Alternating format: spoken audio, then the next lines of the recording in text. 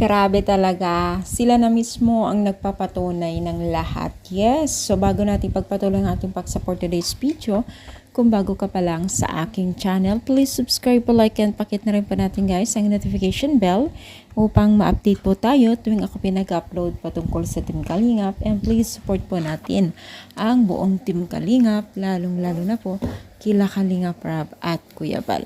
Alam niyo ba guys na itong si Joy at itong si Dan ay tila talagang pilit na pinagtatambalan, no? So, kung malala po natin kasi yung naging issue, di umano sa nakita nilang video na binibilhan po ng pasalubong ni Kalingap Dan itong si Joy ay talagang natatak po sa isipan po ng mga netizens, no? Na dapat sila daw ang mag-love team. It is napakaraming nagsasabi na bagay nga daw di umano itong dalawang ito.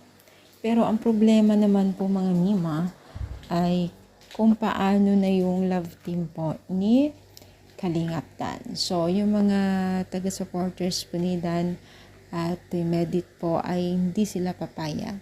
So parang malaking issue ngayon yung nangyayari dito. At syempre, ang unang magdedesisyon pa rin dyan ay ang Team Kalingap. Dahil sila yung nagpapatakbo dito, no? So, talagang marami talagang nagsusubaybay at nagre-request kasi dito. So, sana nga tuloy-tuloy po yung pagbigay po ng kilig moment ng mga love team na ito. Dahil napakalaking tulong din po sa kanilang channel. So, ano yung masasabi? Comment down, palike po ating video. Thank you so much for power and God bless po guys.